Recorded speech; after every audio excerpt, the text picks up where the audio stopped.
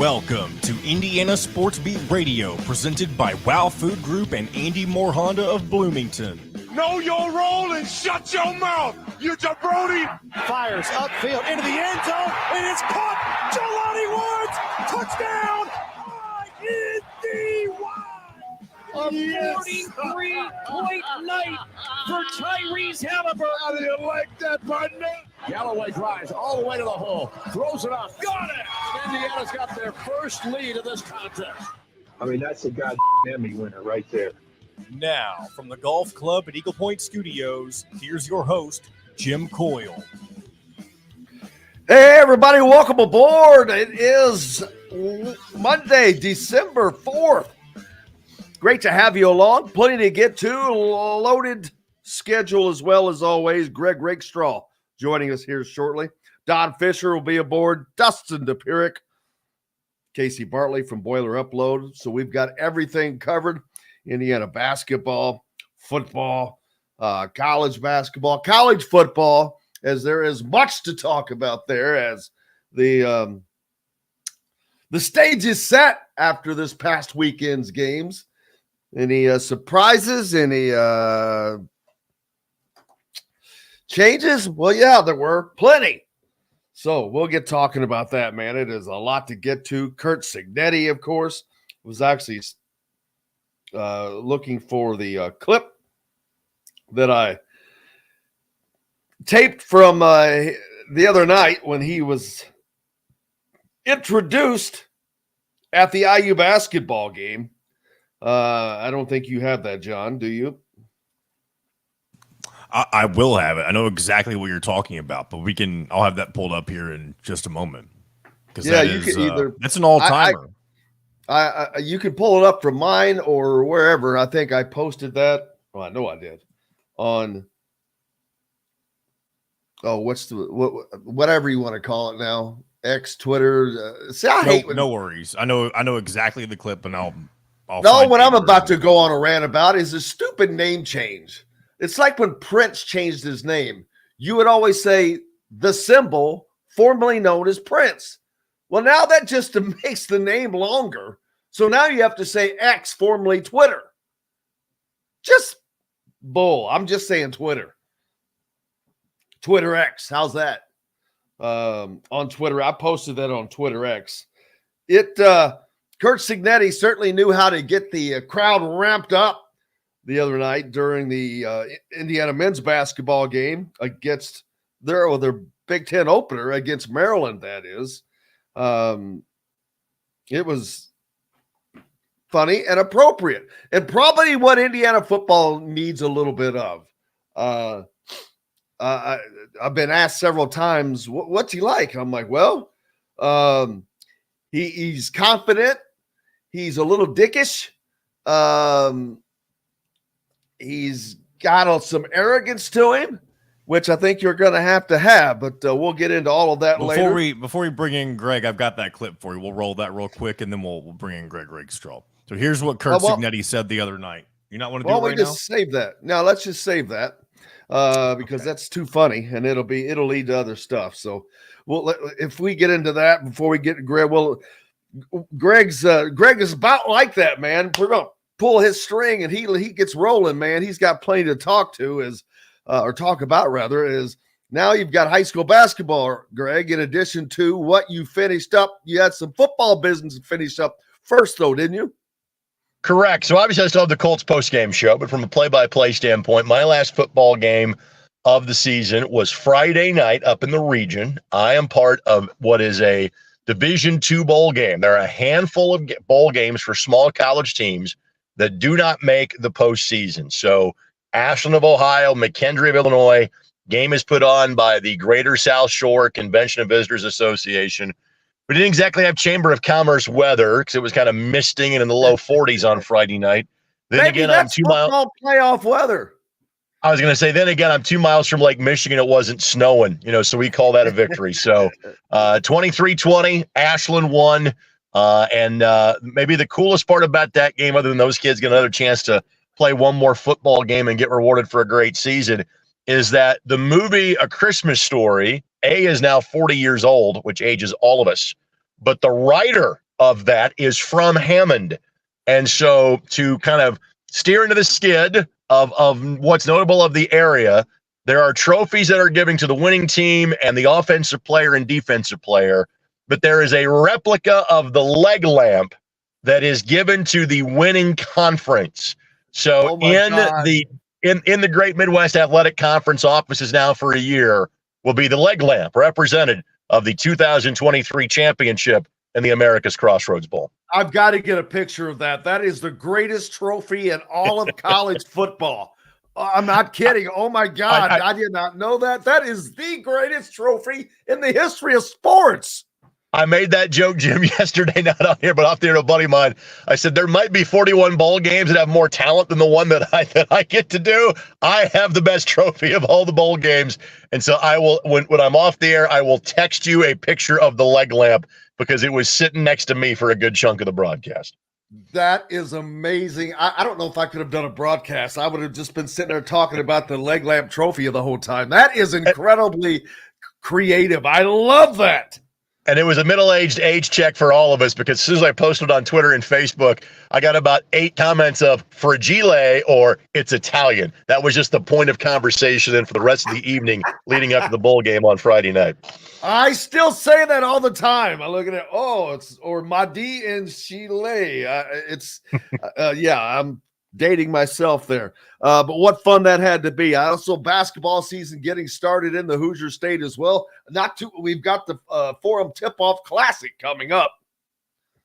Correct. And so 12 teams, all Indiana in terms of this year. Let me quickly speed through the matchups. Greenfield Central Southport is the opener. Center Grove Warren Central, who both played in Brownsburg. I had the Center Grove game. Even though they got beat by Addicts, I was impressed with them. They have 6 seniors. They have a 6'10 young man that's very raw in Mike Ephraim, but he's 6'10 and athletic. You will figure some things out. Center Grove's going to be a tough out in the southern half of 4A this year. You'll also see Heritage Hills. They beat Evansville Christian. Trent Sisley had 24-10 in that game in Brownsburg. They will take on Garin Catholic. So that is trying to think about this. Those teams would meet in the semi-state potentially. Garin Catholic brings nearly everybody back from last year's 3A runner-up team. They're pretty good.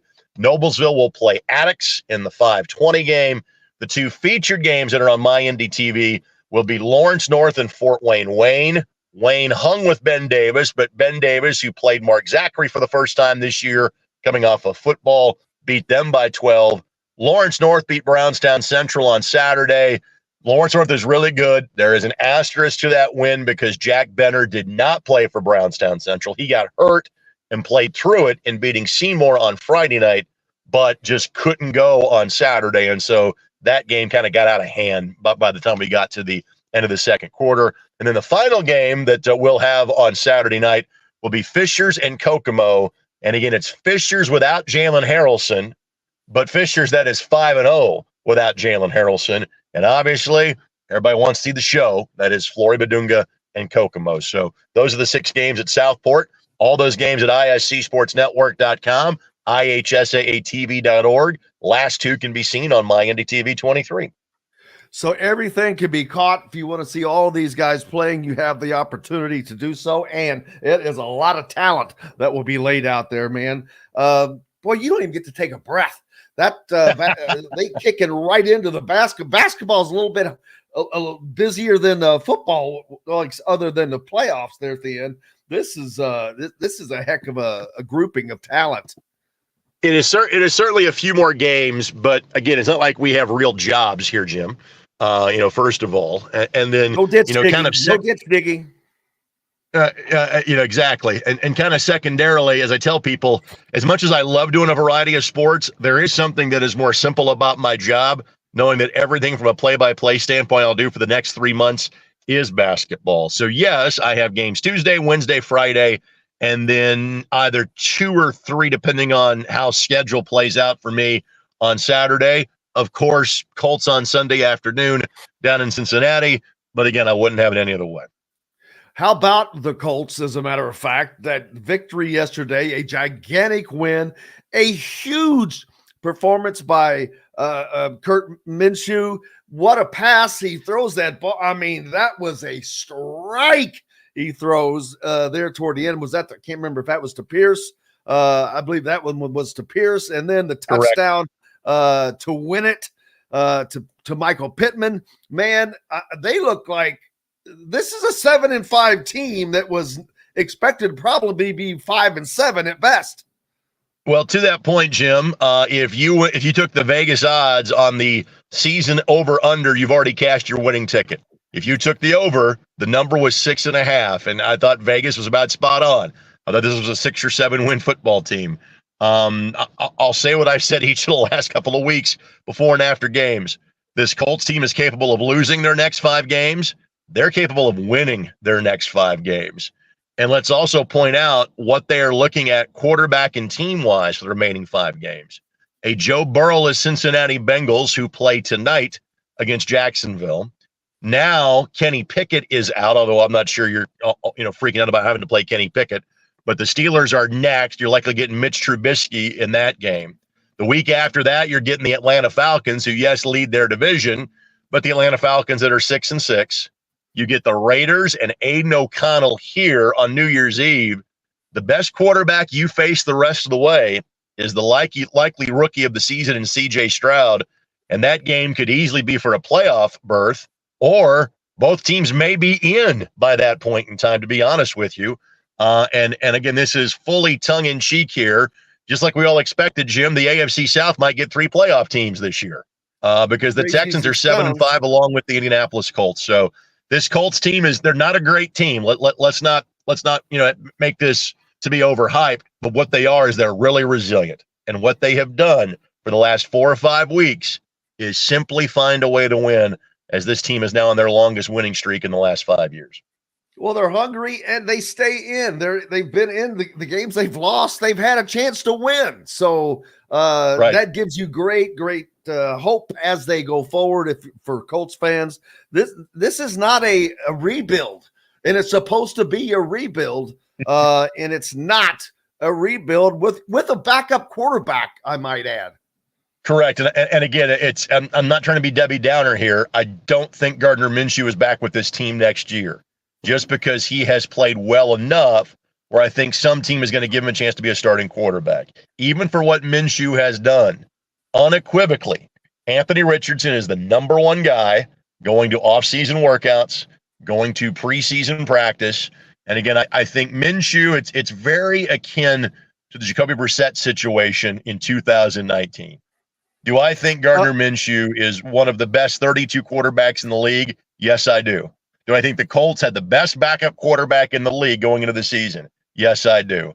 But my guess is it's somebody is going to give him a 2 or 3 year deal in the offseason with the chance of, hey, you may not have a long leash. We're going to hand you the football. You're going to be the starter. And again, for all the good things he's done, and it hasn't been perfect, wasn't perfect yesterday, but for all the good things he done, I think he knows going into next year, if he were to come back, it again would be a 1 year deal and as the backup. Quickly before I let you go, Indiana signs Curt Cignetti as their next head coach, and he has checked a lot of boxes. About 2 days before the hire, I'm going through various people that I think that could be in it, and I started looking at his resume, and I'm like, I really like Cignetti because he started to remind me of Kalen DeBoer. He had won everywhere he had been, and I don't care what level it was, he was just winning.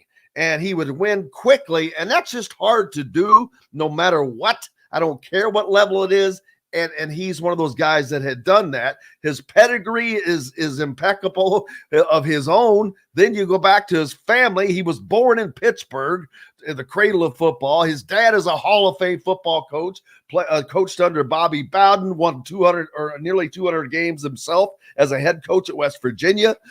He coached under Saban. So he's got a lot of things going for him, and confidence is certainly also one of them. I can guarantee you that. And I think he would say the same thing. And I was not put off by him being very competent for a guy that the last coach to leave Bloomington with a winning record was Bo McMillan in 1947. That does not bother me. Now, is he going to be successful? I have no idea. But I would rather him have that attitude of, hey, I've won everywhere I've been. I'm going to win here. Forget Purdue and forget the big two that are, in neighboring states as well. Good. That's the way he should think. Now, what I would say is this. It's kind of reminiscent of Kevin Wilson, who by Indiana standards wasn't terrible. But again, did he get them to the heights in which he thought he would? No, he did not. But I thought that Cignetti was the best available candidate. And let me point out one thing, because I'm now getting of this age. One of the staff members that he is bringing with him is a guy who I covered when he was a high school player. So there is a local tie in Pat Kuntz that formerly was a GA under Tom Allen at IU. Pat played at Roncalli. Pat played at Notre Dame. Pat briefly played with the Indianapolis Colts. But for those that are looking for some sort of local tie back to the program, Pat was on the staff at JMU working with the defensive line, and I'm thrilled that Pat Kuntz gets to come home and be a part of this Indiana University football staff. Some great information. I did not know that, so I will look that up, man. Thank you for that. But that's why you're always around, man. You are the best and most knowledgeable, but you've got it all covered. Make sure you go to the ISC Sports Network. You list them all again because you've got a ton of them where they can catch broadcasts. Correct. So, for example, we've got games Wednesday and Friday as well, big ones. So LCLN on Wednesday night, Friday night, Noblesville and Carmel, Attucks and Warren Central, Frankfort and Tri-West. But the big six you're talking about, Forum Tip-Off Classic out Southport, starts at 12:30. Again, not to hold up your next guest, Greenfield Central, Southport, Center Grove, Warren Central, Garin Catholic, Heritage Hills, Noblesville, Attucks, Fort Wayne, Lawrence North, Kokomo, and Fishers, all at iscsportsnetwork.com. Last two games, my NDTV 23. Well, speaking of Fishers, we'll get to the most important Fisher, and that's Don up next.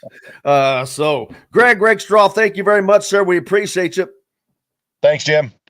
You betcha. Hey, we've got to take a quick break so we can get to Don Fisher, who's with us next, right after this. We'll be right back to the Golf Club at Eagle Point Studios for more Indiana Sports Beat Radio with Jim Coyle, presented by Wow Food Group and Andy Moore Honda of Bloomington. In the market. That's a segue, baby.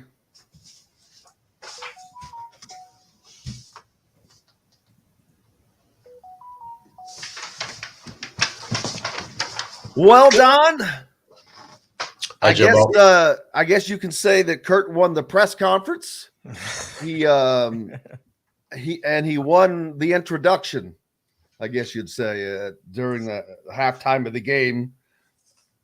Why would you say that? I don't understand. I don't understand the question. I don't understand your question.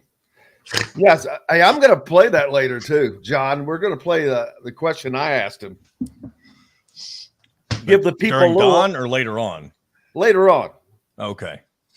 Did you ask him about stars? Is that what you're asking about? No, that wasn't me. Thank God. But I asked him about NIL. I just simply asked, what is your plan for NIL? Since you haven't had to really deal with it. And I mean, he said, I remember now. And I remember at this level, and I didn't get to really say that, but he was like, I don't understand your question. What do you mean? We had a collective at JMU, and I wanted to say, dude, Indiana's football operation costs are 2/3 of JMU's entire budget. So let's acknowledge this is a different level. But he's not going to acknowledge that. He's not going to talk about that because he's very confident. He's just a confident coach. He believes in himself. Absolutely. And that's what I said. A lot of people that have responded, I said, look, I go, he is not going to allow anybody to think that this is too big for him, which I'm not saying that it is, but that, and I wasn't suggesting that, but I think he's in the mantra. That's how he's going to take everything right now. And so, but he's funny. Doesn't have a filter. I like it. Oh, I guarantee it. I mean, I think it's what Indiana needs right now. I think it's an attitude the players have to have. It's the difference between winning and losing some of those close games. And Well, he hit on it about losing the one score games, and that they won those one score games. And I think that the difference in that may be attitude. Sure. There's no But question. what the hell do I know? All right, Well, here we go, guys. Point students can play for the rest of 2023 for just $299. That's right. Play as many rounds as you like for just $299. That's better than a birdie. But you don't have to be a student to play at Eagle Point. Go online to set your tee time or call 812-824-4040. The Golf Club at Eagle Point in Bloomington. This segment is brought to you by the Chop Shop, home of the Indiana football and men's basketball coaches shows. Now back to the Golf Club at Eagle Point Studios for more Indiana Sports Beat Radio with Jim Coyle, presented by Wow Food Group and Andy Moore Honda of Bloomington. Welcome back, Indiana Sports Beat Radio here from the Golf Club at Eagle Point Studios. On this Monday, it's December 4th. It's officially Christmas shopping season. Don wears size large, I think. So whatever you need to get him, it's a size L. Put him on your list. It's like kind of having one of those lists when people get married. What do you call those? Registry. Just put Don on the registry at some place, at his favorite place. Don Fischer joins us now. Busy weekend, Don, only because not only did Indiana open Big Ten play, you have the announcement of their new football coach. We'll start with the basketball because Maryland came in and we didn't know exactly what to expect. And Indiana played really well against a team that was going to give them their first in-conference challenge. It was Indiana never really looked in danger to me, although there were times where Maryland pushed them. But, man, Khalil Ware just continues to improve. Indiana without Xavier Johnson right now, I wondered how that would look. Trey Galloway kind of stepped up with everything. And Gabe Cupps didn't make he was able to play a game and not make a ton of mistakes. And Indiana successfully navigated those waters. Well, they played really well for 30 minutes. I mean, they built a 23-point lead 10 minutes or so into the second half. Unfortunately, they let it slip away in the final 10 minutes to a point where they had 11 turnovers, which is always concerning to say the least, because they weren't handling the pressure that Michigan was putting on them. So that's something that Mike, I'm sure, is concerned about. At the same time, they stopped the three-point shot in this ball game, which was really good to see. They allowed only one three-point field goal in each of the halves. And Maryland, rather, is a team that takes quite a few threes at most of the time. And Indiana was able to get that stopped, which has been an issue for this ball club. They out-rebounded Maryland 46-30. Ware was a big part of that. I thought Khalil played really well for a second straight ball game. He is starting to fill a void, so to speak, for this ball club. And let's face it, the front line continues to play very well. The three-point shooting is still an issue for this ball club. 3 of 9. They only took 9 in the game. I think Galloway was what? He just took 1 3-point shot. Yeah, he was 0 for 1. I still think he's a guy that's got to step up at the 3-point line and start knocking them down. He's really struggling in that area right now. I think he's 3 for about 18 or 19, something like that. And we know he's a better shooter than that. And Mbako, however, is also starting to play his best basketball, which is another good sign, because now you got a true freshman that's starting to understand his role and starting to understand the system. So it just looks like a more of a cohesive basketball team at this point.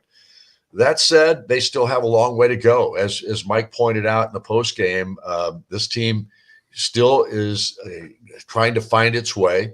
But the good news is, in that first game without Xavier Johnson, they played really well. And were able to run the offense pretty well until they got in the turnover issues in that last 10 minutes. So from my perspective, they made progress once again. They are now a one-loss team at 6-1 on the season. They've got another huge game coming up against Michigan, I should say, tomorrow night And Michigan is a team that's a little bit like Indiana, except they haven't won as many ball games. They're 4-4 at this point, but they've got a bunch of guys that are new. They've got a couple of guys. Doug McDaniel's playing tremendous for them at the point guard spot. He was spectacular in that game against Oregon. He had 33 points. He's averaging 20 a game. And he just ran the show. He looked like Boo Buie out there. And Buie, of course, as everybody knows, is a giant killer with his performances against Purdue the last couple of years and against Indiana when Indiana lost to him up there last year. So at any rate, we're looking at a basketball team right now that's progressing. And that's what, at this point in the season, you want to see that. You want to see them getting better, the chemistry getting better, guys stepping up and improving their game. And right now we're getting that up at upscale, up the ladder type of performance each time they go out on the floor. And that must continue because they're now in the toughest stretch of their non-conference portion of their schedule. Or let's put it this way. As far as 1 month is concerned, this is the toughest month that they're in right now as far as their schedule in non-conference play and the first two Big Ten games. It's going to be tough. And they've got Auburn coming up on Saturday in Atlanta, and then they've got Kansas a week after that before it settles down here. So up to this point, being 6-1, you got to be happy. Absolutely, and I suggest people may take a Lee Corso moment and take a picture of the Big Ten scoreboard right now because Indiana tied for first at the top and Purdue tied for last at the bottom after getting defeated by Boo Buie and the Northwestern Wildcats the other night. As we watched that one, that was a Wildcats, man. They're coming to play this year. Without question. Well, they did last year too. I mean, Indiana Northwestern tied. Everybody forgets this. They both tied for second place in the Big Ten last year. People forget that because Indiana didn't blow people away. But you got to understand, there is so much parity in college basketball now. Anybody on any given day can beat you. Ask Auburn. They just got beat by Austin Peay. Yeah, I was trying to find the seasonal stats for Mackenzie Mbako at free throw shooting because one thing I know that I've looked at game after game, man, this doesn't miss a free throw. Has he missed a free throw this year? No, he has not. Is he 15 to 15? Is that right? That is correct. Yeah, so that tells me a lot right there. First of all, Todd Leary has told me this dude is a shooter. I mean, he is a dead eye shooter. And so it's just a matter of time before he gets comfortable. And it looks like he's starting to get more and more comfortable, not just with his offense, but just this level. And his stats line from the game the other night is just, man, 13 points, 4 of 9, 1 of 2 from behind the arc, 4 of 4 at the free throw line, 7 rebounds and 3 assists. With 0 turnovers. That's a hell of a stat line. Yeah, it is. There's no question. He has made real progress. There's no question about that here in the last couple of weeks. Like Khalil Ware also has made a lot of progress over the last couple of weeks as well.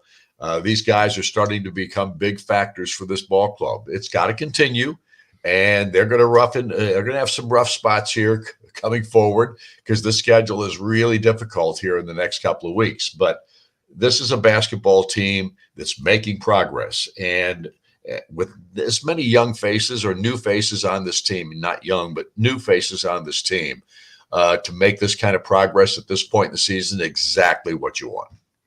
Yeah, the Indiana is just, to me, the guard position is just the one thing that is keeping this team from being really good. I mean, I'm talking a top 20 team right now. They without Xavier, the guards went the other night. You got CJ Banks who comes in, and even Caleb Banks, who's not necessarily a guard, but those two combined to go 1 for 9 shooting.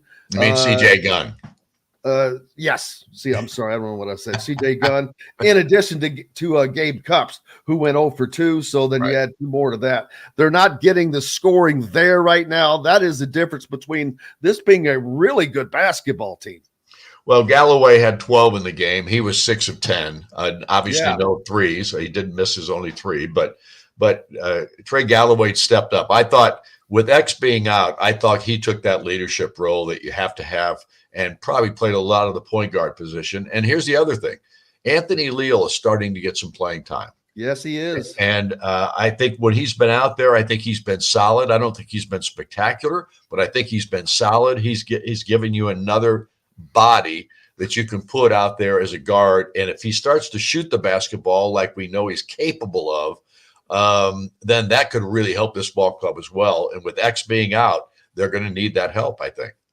Yeah, I don't think you want to be in that gym if when he hits that first big time three, the assembly hall roof will probably cave in, and so it will explode literally. And who knows, that could come at home against Kansas in the coming weeks, or maybe down in Atlanta. But a big time trip coming up for Indiana as they head to Atlanta to take on an Auburn team coming off of a loss.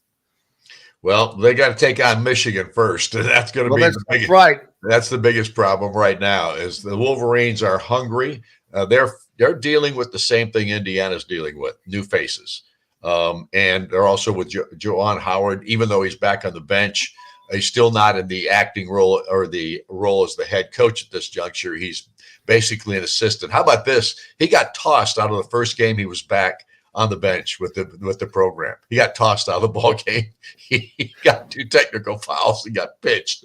So he hasn't changed his stripes at all, despite the heart attack and all the issues he went through with heart surgery and all that kind of thing. So, but Michigan is going to be a challenge, and if you can't keep Doug McDaniel contained, he will beat you by himself. He is that good. The way he's playing right now, he's playing like Boo Booey. I mean, that's what he looks like out there. And that game against Oregon, I watched most of it, and I watched their overtime period. They could have won that game easily. They did not. So they're obviously going to come back gnashing teeth and being upset about it, and looking to knock off Indiana and to take some of the shine off the Hoosiers. So we'll see what happens on tomorrow night. Kurt Cignetti announced as Indiana's newest football coach, and from all everything I've seen, it has been a welcomed hire. The media, those of us that think hey, this seems like a pretty good hire. The fans have been on board. The fans have the response has been really, really positive. I think they're responding to part of his enthusiasm, and I'm not just talking about a rah-rah enthusiasm. It's a no BS kind of a way to go, and that's the kind of guy that I can already see the Kurt Cignetti is. There's no BS. No, there's not. He's a very confident man, and he should be. He's had 13 seasons as a head coach. He's never had a losing season, and he's taken on programs that haven't been winners. So you got to love what you're seeing in Kurt Cignetti at this point. His record spells success. His confidence level is up there with just about anybody I've been around. And I think that's a good thing at Indiana. You got to believe in yourself first. If you don't believe in yourself, then you're going nowhere. And I think the other thing that he brings to the table, he has a process. He believes in his system.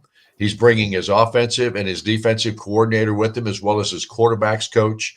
I believe he's bringing Pat Kuntz with him as well as a defensive line coach. And Pat Kuntz was at Indiana under Kevin Wilson and Tom Allen both before he left. And I think Pat Kuntz is a really good football coach. I do. He's from Roncalli High School in Indianapolis. I've known Pat for years, really like him. And he is one of those guys that gets after it from a coaching perspective. And I like that a lot. He's keeping Bob Bostad from the previous staff, who was a one-year hire under Tom Allen. And of course was fired from Wisconsin after they changed coaches. So he was let go and he was available. Indiana got him, and now he'll be a part of the staff as well, because that just signals the kind of improvement we saw in the offensive line this year.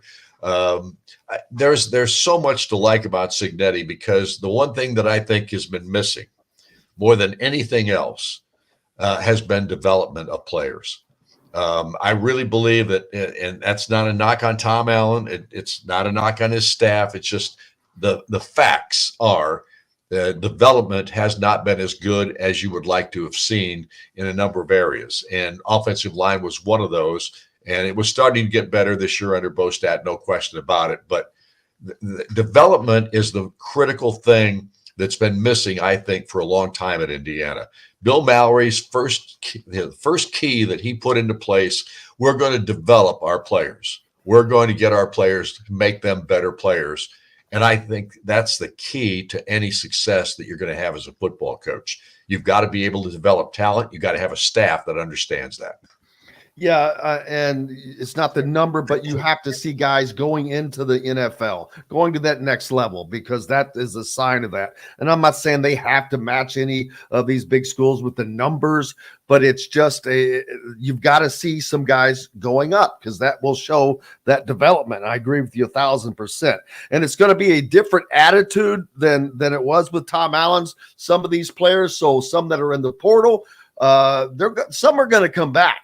Some are not going to come back, because it's going to be a different type of environment. And that's just going to be the way with any program. No, that's exactly right. And there are going to be guys that they'll buy into Cignetti, and there'll be guys that don't. And that's as well for the recruits that Tom Allen has, had verbal commitments from. And I guess 4 or 5 of those guys have said, well, we're opening up our recruiting again. Well, Cignetti will probably try. If he thinks those guys are worthy, he'll try to recruit them back and see if he can get them back. The thing that impresses me about Cignetti as much as anything is just the confidence that he has in himself and his system.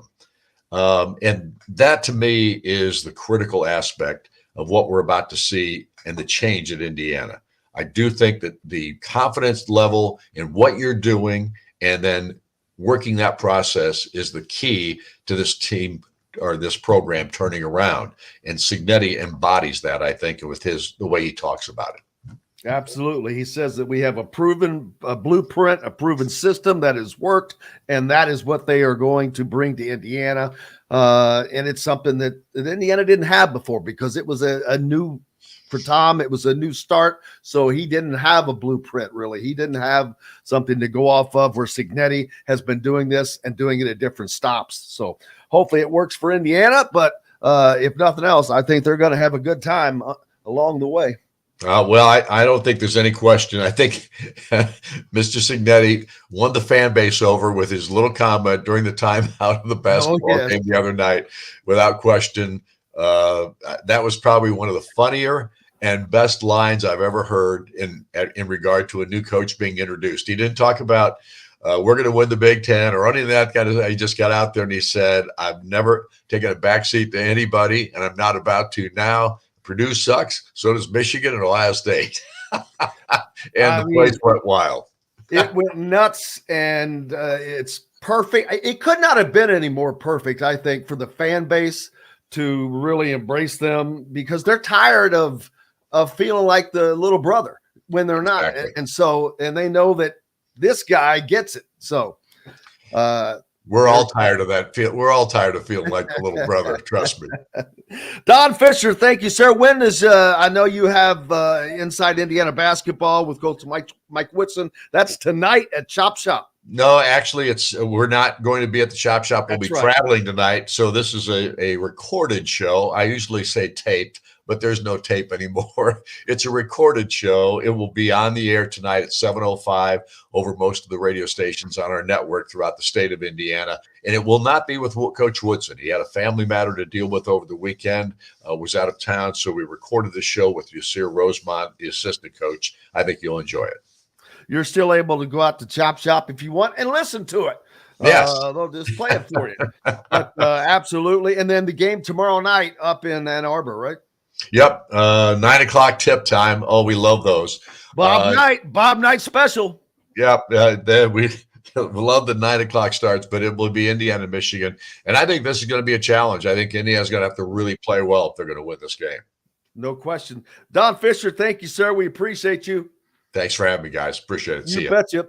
The great Don Fischer joining us here on Indiana Sports Beat Radio. We got more coming up with Dustin Dopirak from the Indy Star. Back with that as we'll take a break. We'll be right back to the Golf Club at Eagle Point Studios for more Indiana Sports Beat Radio with Jim Coyle, presented by Wow Food Group and Andy Moore Honda of Bloomington. Morning, Dustin. Good morning, John. How are you? Good. Welcome to the friendly confines of whatever this is. Of this show. of the show. Yeah. Good to go. Cool deal. I am fascinated by how Signetti is being received. I tell you what, that's one of the first observations I made, and I know they just talked about it, was like, I've never seen specifically the Indiana fan base rally around somebody so unanimously before. I mean, for them, it's been a while since they've had somebody like this.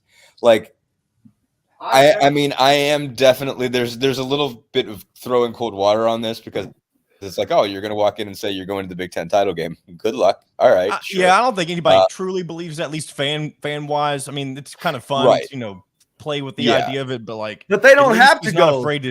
He's not afraid to put anything on record like that. That's right. They want to seem so badass about it, I guess. They want to know that they're going to be in games with Ohio State. When they play them, like as of this year, they're not going to be playing just to play the game, which is what it looked like this year.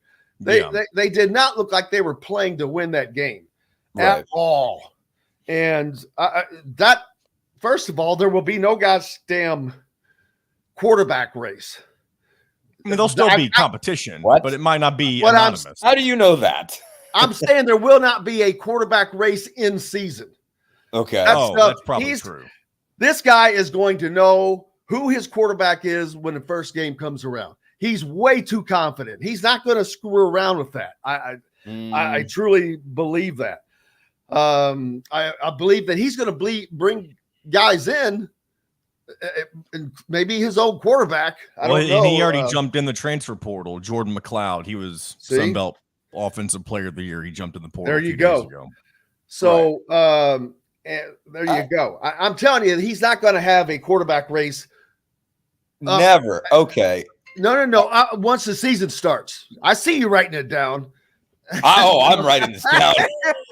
I'm saying once the season starts, if he gets McLeod, I'm sure it won't be. I mean, I'm saying once it comes into the game, he's going to have his starting quarterback. I believe he's not going to start a season with. I mean, in my season, I mean starting a game. He'll have that decision made by game one. And he's not going to want to have time to be doing that crap. He's going to want to focus on winning the damn games. He's all right. Here we go. Like I said, all right, let's roll. Here we Dickish. Go. Whether we quote you just for catering or a total event package, you can trust that you're making the right choice with Garnish Catering. Visit garnishcatering.com. That's garnishcatering.com. Garnish Catering is a proud partner of Wow Food Group. This segment is brought to you by Remax Advanced Realty, Indie Home Pros team by Cheryl Sizemore. Now back to the Golf Club at Eagle Point Studios for more Indiana Sports Beat Radio with Jim Coyle, presented by Wow Food Group and Andy Moore Honda of Bloomington. Hey, welcome back, Indiana Sports Beat Radio on this Monday. It is December. You can officially put up Christmas lights. We passed Thanksgiving. You're late, actually. Well, as soon as Thanksgiving rolls by, even that Friday, I'm good. From Black Friday on, I'm good with Christmas stuff. Not before Thanksgiving, but we're deep into the Christmas season now, and I'm good with that. Speaking of which, what a great present we have as Dustin Dopirak from the Indy Star joins us. Great man. I'm killing it with the segues, baby. You really are, man. Killing it down. I'm killing it. It's gold, Jerry. It's gold. I'm all fired up. I got the caffeine going already. But what a ton of there was so much going on over the Friday and Saturday. That is mind-boggling. Sunday. It's been an absolute blast, to be honest with you.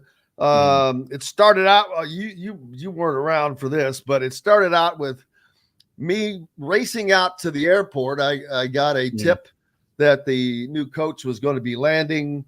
And so off to the airport goes Jim and Indiana Sports Beat Radio doing the show from the vehicle.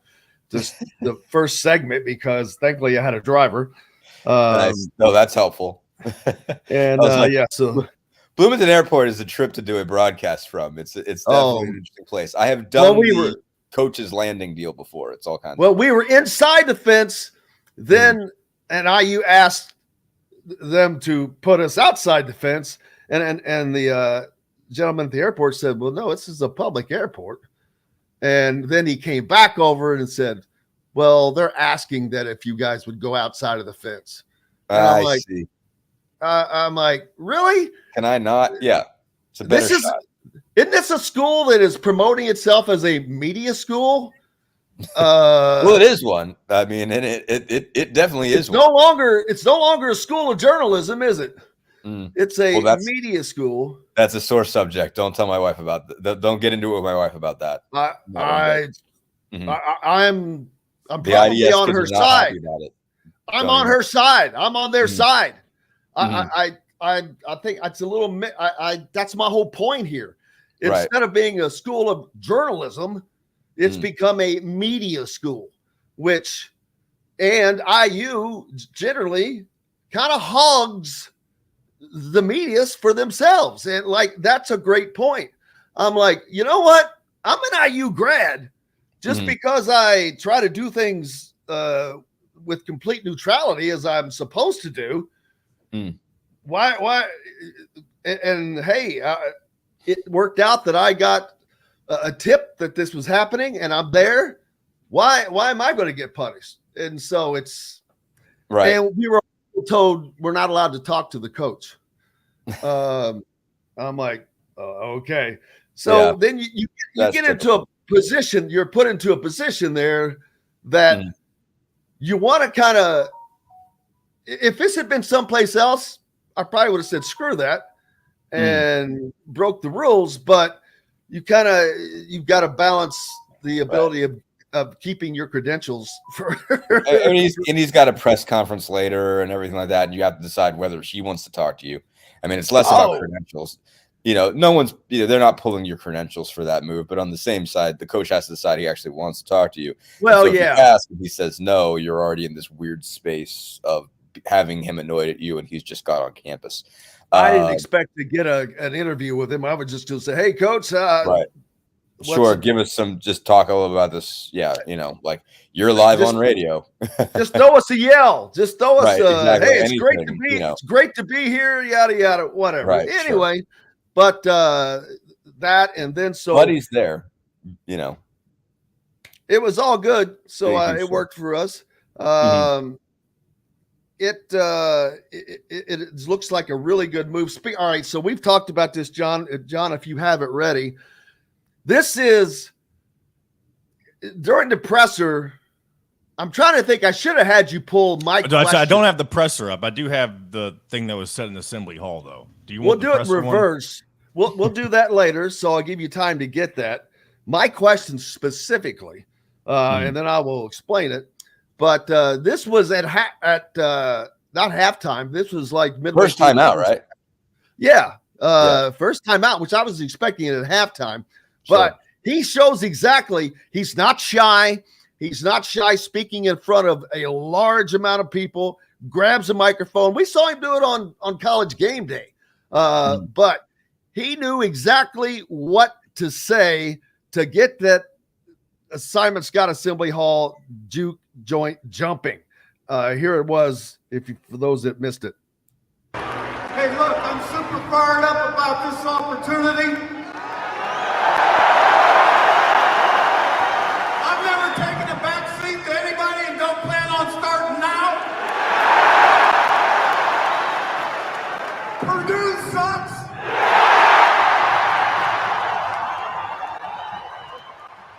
But so does Michigan and Ohio State. So he probably would have done himself a favor if he would have just did a mic drop after the Purdue sucks, right? Walked off. Adding the Michigan and Ohio State is nice and all, but I don't know that he's at that point yet. No, he's not. He could have. He's not close. No, I mean, could have saved that for a little bit later on, few years later down the road. But, no, I mean, I think so. Obviously.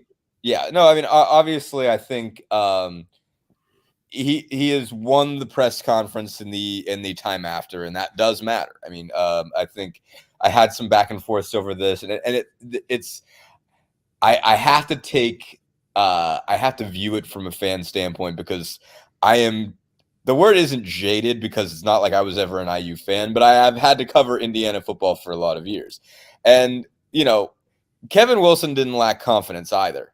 As I recall when he came in the door. And you find out pretty quick what you're dealing with. I don't think Wilson had the same deal as far as taking over a timeout at basketball or whatever. Anyway, part of the reason Kevin Wilson got in trouble in the first place when he got written up in the dorm was he was basically telling these guys like, hey, like, Indiana football doesn't take a back seat. Stop treating me like a jerk. I'm the friggin' football coach here. Why are you messing with me? So it's not like he didn't come in with confidence. And it's not like you've never had IU football coaches come in with confidence. Like, I've won everywhere I've been. I'm going to win here. I'm going to take this program and we're going to go here. And, it doesn't always work out that way. You find out what the resource discrepancy really is, and not even so much what you lack, but what everybody else has. Not even everybody else. What Ohio State, Michigan, and to a lesser extent Penn State have, like how big those resources are. So, this is a really good start from a get everybody involved standpoint. You need everybody having that kind of passion, because obviously the last couple of years have really just taken the wind out of everybody's sails after a couple really good years. So it makes sense. It's wise, I think, for him to come in and say, like, my number one thing, like the thing I'm going to get across to you is I'm not afraid of anybody, and I'm not going to tell you that Indiana is not going to be this or that we can't be that. So that's cool, and that's a good, that's a sensible, or like it's an initial message that makes sense. I think but he does have to have a plan for what it means to be the lesser leveraged program. And that's the one thing that he has not had. I mean, he points out, well, we wanted Elon and we wanted James Madison. There's not a Michigan of the Sun Belt. There was not a Michigan and Ohio State of the CAA. And maybe James Madison was the kind of the Michigan of the CAA. They have followed my footsteps. I obviously covered James Madison. App State, maybe. App State wasn't in that league. I mean, they might be in the Sun Belt in theory. But I mean, I remember, I can't remember what I think Appalachian State was in the SoCon. I believe they might have had some moving around. I mean, I remember so I was there from 2004 to 2009, and James Madison was like, I mean, football was like a secondary help out beat for me. Mike Barber was the guy. He covers Virginia Tech now, one of my closest friends. And I covered basketball, and they had really, really bad basketball years, but they had great football years. They won the national title, the FCS national title, the first year I was there. They were number one, I think, in 2007 or 2008. So I mean, they were big time at that level, and it took them a while to get to the point where they can move up to FBS, and that required, they had to have a dramatic rebuild of the stadium and everything. But my point is, he is going to have to, figure out what it means. And for all of, obviously, we're all going to talk about how Tom Allen did everything wrong. But Tom Allen had at least a theory of the case, when it came to, all right, you're Indiana, how do you win in that league? And it's like, all right, you've got to go get raw material that you can develop and go get long, go down to Florida, get what's still there, turn those guys into players. And when they were winning, he had success doing that. I mean, they invested in, strength training and speed training and all that. And they end up losing their guys because Alabama was like, we want you. We'll pay you more than Indiana can pay you, and we'll take you right out of Tom Allen's, rip the floor out from under the guy.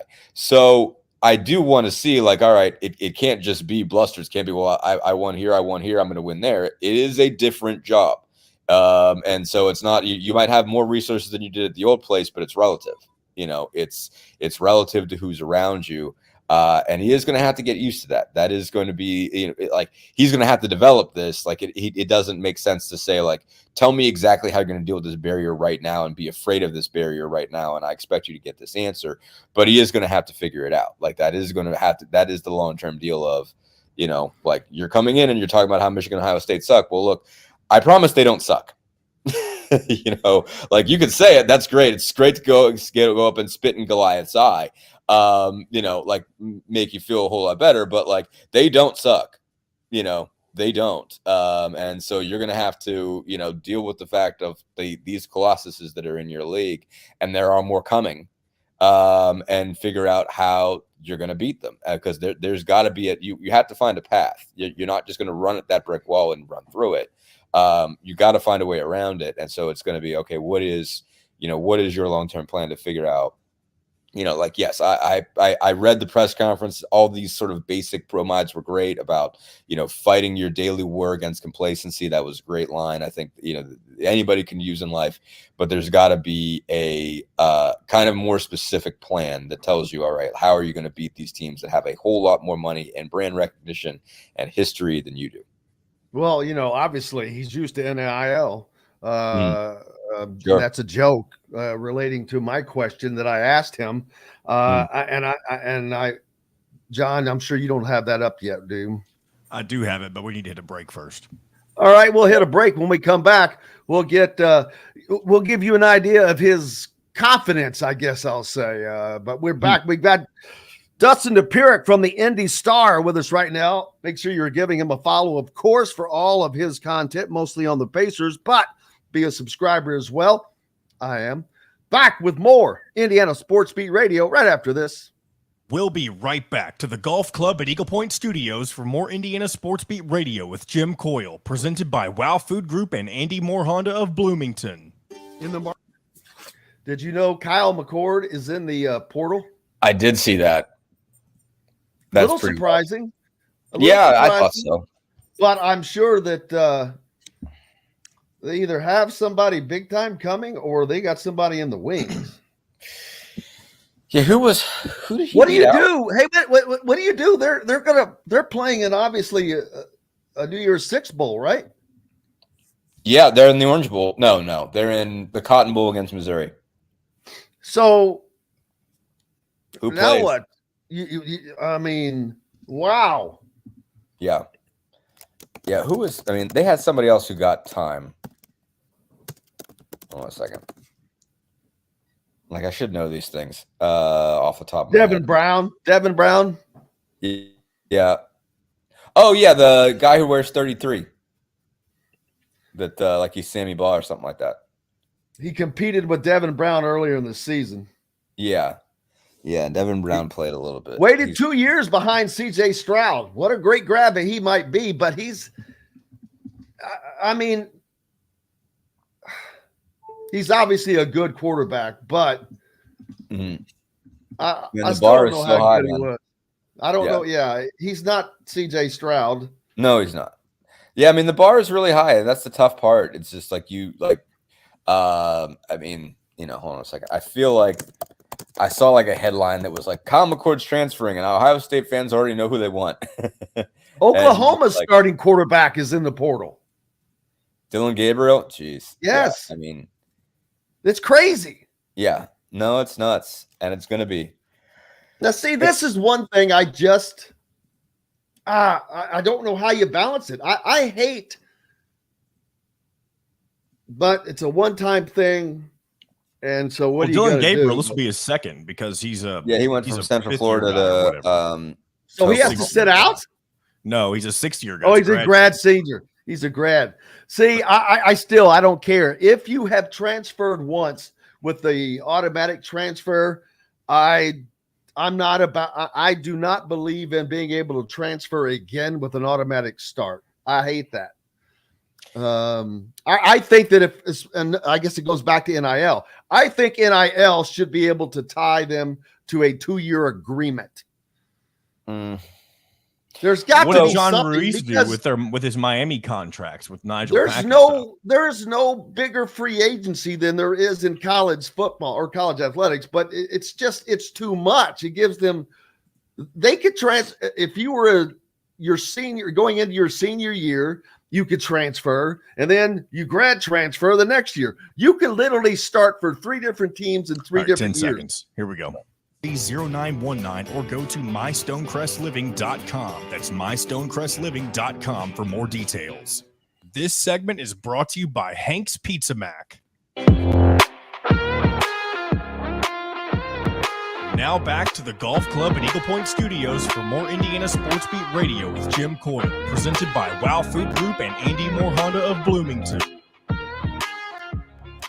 Hey, welcome back. It is Monday, a big-time Monday after a gigantic weekend of sports in which the college football playoffs have been determined. The participants, new football coach for Indiana was named, and lots of guys in the portal. It's just crazy out there. And Kurt Cignetti, Indiana's coach, his opening press conference, he showed it a little bit. I think that he was at times trying to make a point that this is not too big for him, although this is a step up, and he can acknowledge it or not. I don't care if he does or not. I know for a fact that moving from the league he was in to the Big Ten is a freaking step up. Now, I asked him a question about what his plan was for NIL, since he had really had to deal with it. And what I meant was at the level he's going to have to deal with it now, because I don't think players are moving around his league because of NIL or moving wherever.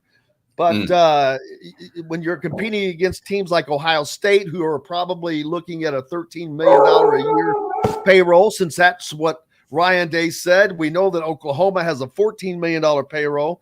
But here, his answer to my question to me was him trying to make a point. This is not too big for me. So go ahead and roll it, John. With the move up to the Big Ten, you also move into a league that is fraught with the NIL portion of this, and there's a pledge of $3 million to the football program. Mm-hmm. How are you going to develop that plan, since that's not something you've had to really deal with before, and do it in a way that you can compete the best you can with the teams in the league? Yeah, I'm not sure what you're referencing, not having to deal with. So we've been dealing with NIL for 3 years now, and we had a collective at JMU. So I guess your question is, I thought I answered it already, to be honest with you. There's going to be people in this conference that probably have more resources than we do. You think? But that's not detrimental. You know, you got to take the right kind of guys. You got to develop them, form the intangibles on your football team, right? And that's what we plan on doing. There's a lot of good players out there. I mean, you know, the price tag on a guy, you know, and the correlation between his production on the field, I'd like to see the percentage of that, right? I know this at JMU. Our best transfers were the ones from St. Francis, all these FCS schools, right? I had 2 quarterbacks that came from G5 schools that were really unsuccessful at 2 different schools, and the teams were unsuccessful. That came to our place in their player year on offense, right? My worst transfers at James Madison were Power 5 guys. They were my worst.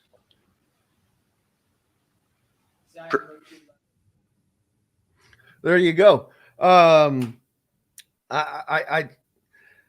whether or not he wants to acknowledge that there is a freaking difference between the NIL monies that are being paid at, say, Michigan, Ohio State, and the players they get, and Indiana is a gigantic chasm. That's on him.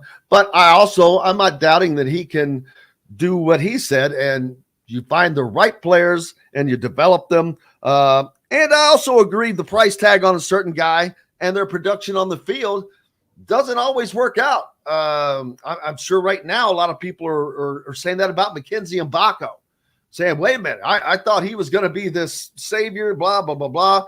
He's still a freshman. He's still learning. But he seems like he is picking it up quickly and becoming an important cog in the basketball program. But so there's his answer. Yeah. One quick thing about his answer, that is a spectacular, that is an old school Yinzer accent, by the way. Pyre, making pyre one syllable. I've heard people say that vintage. his I can't think of the word I'm trying to use, but the way he speaks is kind of similar to Bob Knight. I told you that last week. Was that you? He's got some of that. He's got some of that, but that's some Yinzer right there saying pyre. So we used to say pyre. Yeah. Now by Yinzer, explain what Yinzer is. People who say Yins, which means people from the Pittsburgh area, from any of the not just the city itself, but the outlying suburbs and whatnot. So because rather than y'all, we say Yins, as your second person plural. Wow. When we're speaking to you folks, we say, hey, Yins. Yeah. Sorry. I love it. I love that. I have not known that. Yeah. So pyre is a big one.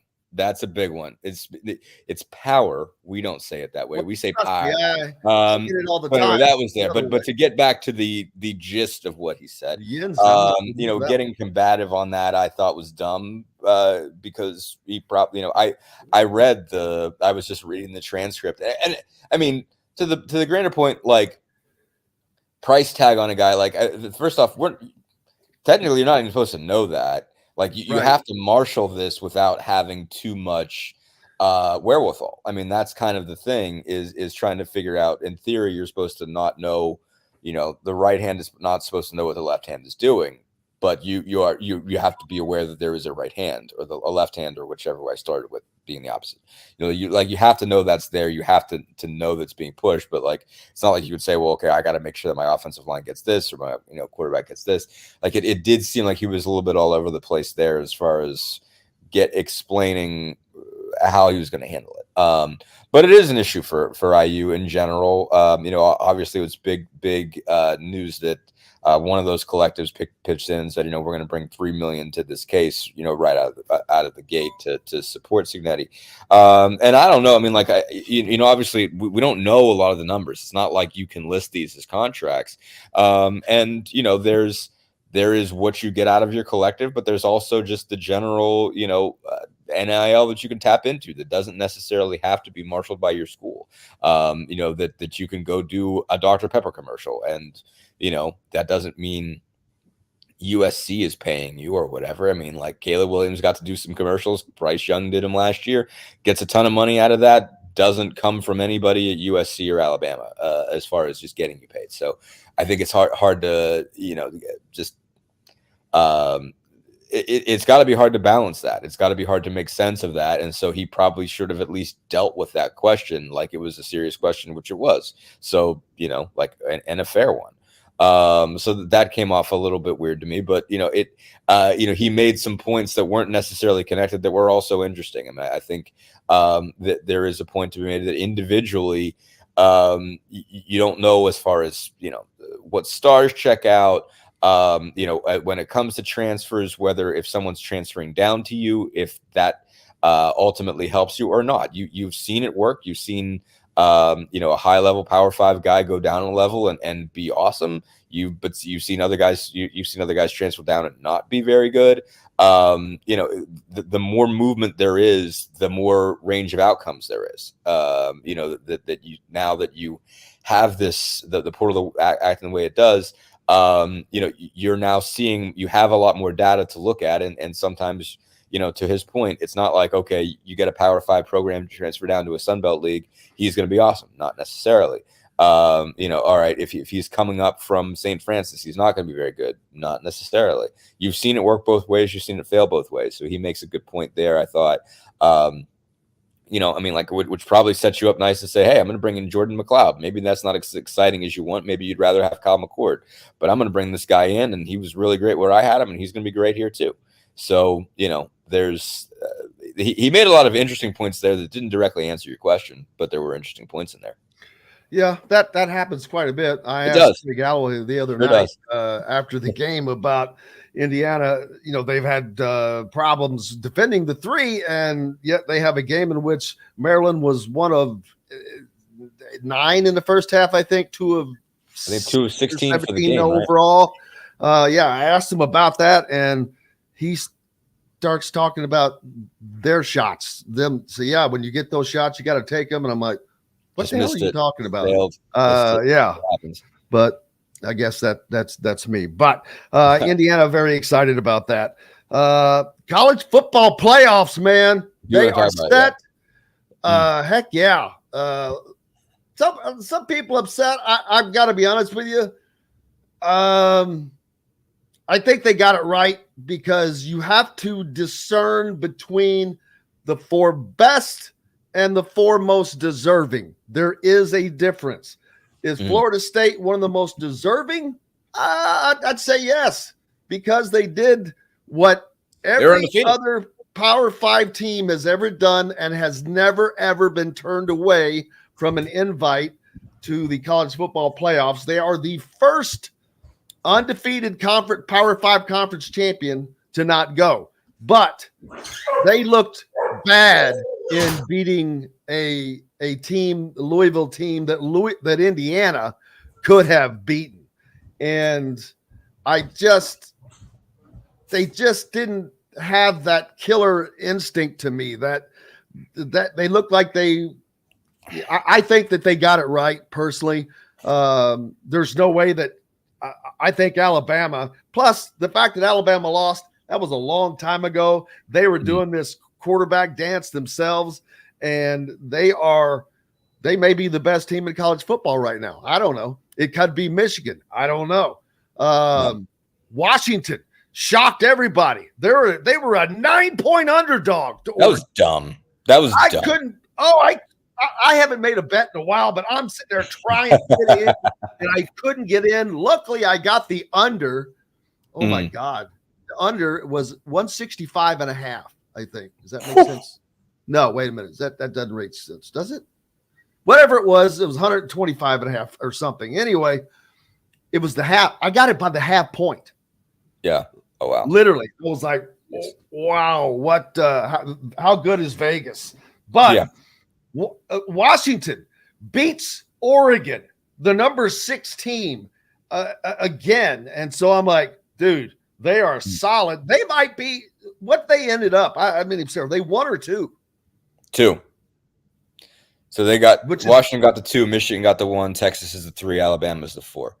Which is exactly what Washington would want. That way, you don't have to play Alabama first. No, not that Texas is not good. They look pretty good in beating probably the weakest conference championship team was Oklahoma State, I would guess. Out of the powers, probably. I mean, Louisville wasn't bad. I think. I mean, if I were on the committee, I probably would have given it to the most deserving. I mean, I would have had a really hard time telling Florida State no at 13-0. Who would you told no between? It was an ugly. I'm sure it was an ugly football game because I was watching Pacers Heat. But who would you have booted then? Probably Alabama. Wow. I don't know. Honestly, I don't know. So here's the thing: like they're probably more than likely, they're probably going to get lucky on this. Georgia's probably going to beat Florida State in the Orange Bowl, and Alabama's going to at least give Michigan a game. And they're going to look smart, I think, at the end of the day. I thought Dan Mullen made a really good point on ESPN that he was like, it's like, okay, well, they look like the best. It's like, well, that's an opinion. Like, Alabama just needed a miracle to beat Auburn last week. And the week before that, Auburn got trounced by New Mexico State. And so it comes back to the idea that Alabama's quarterback is a chaos agent. I've been saying this since like week 2. Jalen Milroe, I'm like, that's my proudest take ever. Like I called him like the chaos agent of college football, and he brought all of this chaos. All of this chaos is because Jalen Milroe, goes from almost blowing the game against Auburn to throwing this absolute dime to win it, and that's Jalen Milroe. I mean, like from play to play, all things are humanly possible. So he gets Bama in, beats Georgia. If Georgia wins, you just throw the 4 undefeated teams in there and you don't think twice. You go, it's Georgia, Michigan, Washington, Florida State. That's all. You don't even have to think twice. You don't have to think about, well, does Texas have to get it? Well, Bama beats Georgia. So then you're like, okay, well, Bama's SEC champ. They just beat this Georgia team that won back-to-back titles. You got to put Bama in. How are you going to leave a team that just, beat the two-time defending champ out? And it's like, well, Bama lost to Texas. So if Texas beat Bama, how can Texas not be in? Okay, but then you're like, well, here's this 13-0 team that just won, beat Florida and Louisville, legit programs, with second and third string quarterback.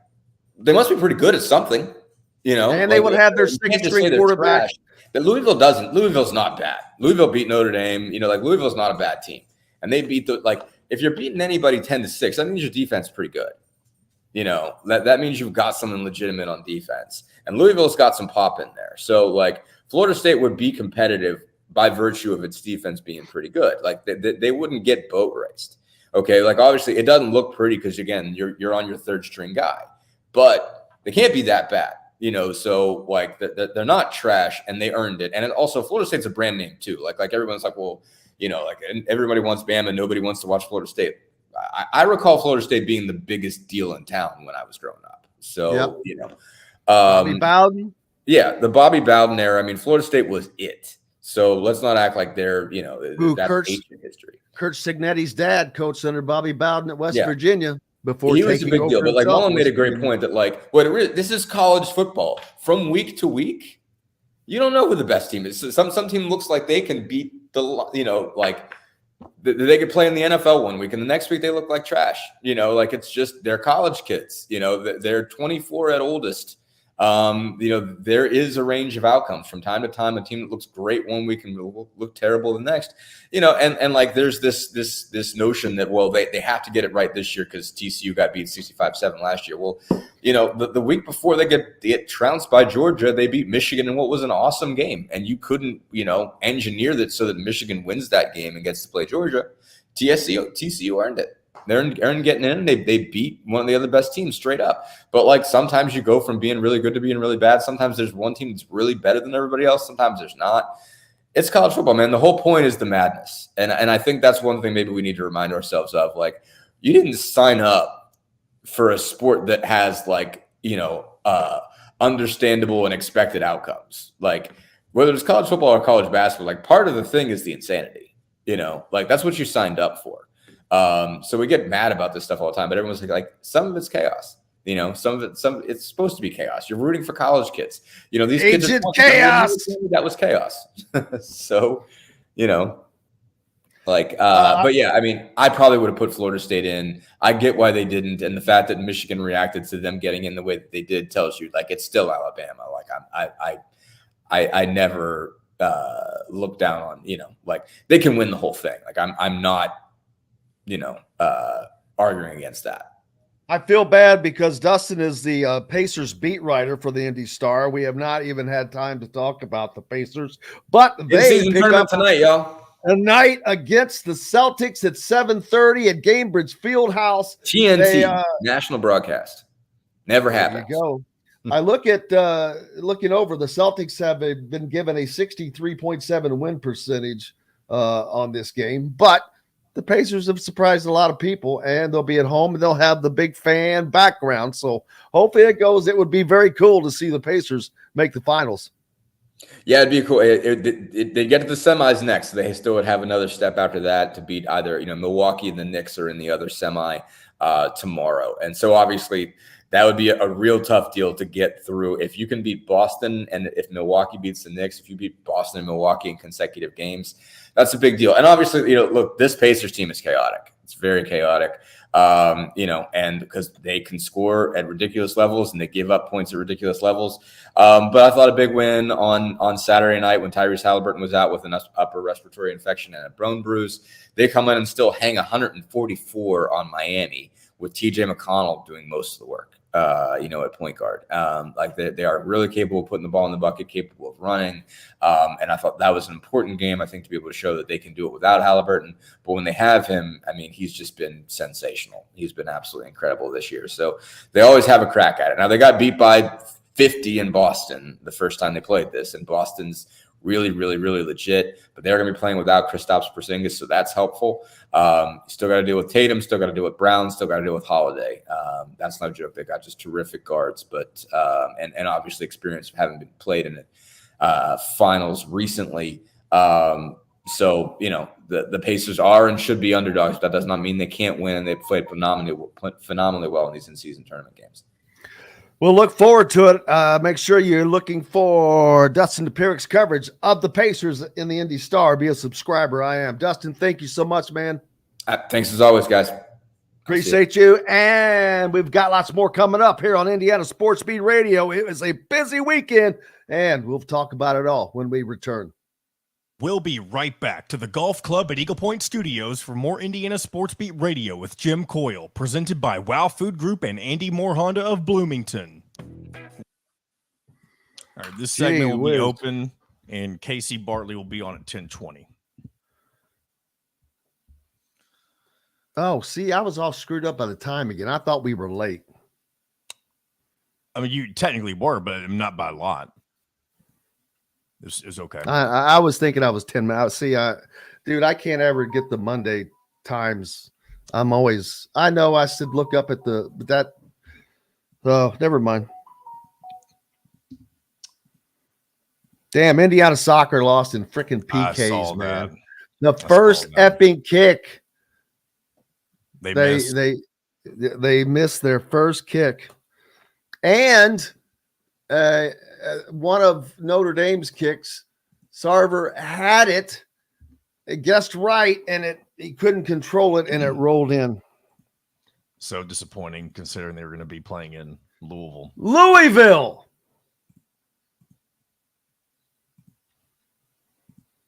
Not gonna happen. Wouldn't be prudent at this juncture. Whoever's talking about Burt Reynolds, he was roommates with Lee Corso at Florida State, people. And no, he was not in Brian's song. He was in, the prison movie. With the prison football movie that they had the remake of. I forget the name of it. But Brian's song. Adam Sandler? Yes, that's a remake. The Longest Yard?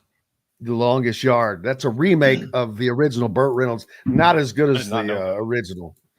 Not as good. But Brian's song was, oh gosh darn it. He's in Elf. He's the father in Elf. Oh, yeah. Yeah. I know what you're talking about. He's also in The Godfather. The Godfather. He's one of the sons that gets shot at the toll booth. There you go. James Caan, thank you very much. You get shot at the toll booth in The Godfather. Well, has that been determined for sure? Because as of the other day, that he. That got announced a couple days ago. He's not doing the bowl game. Well, as of Friday, over the weekend. Over the weekend, I didn't think that they would.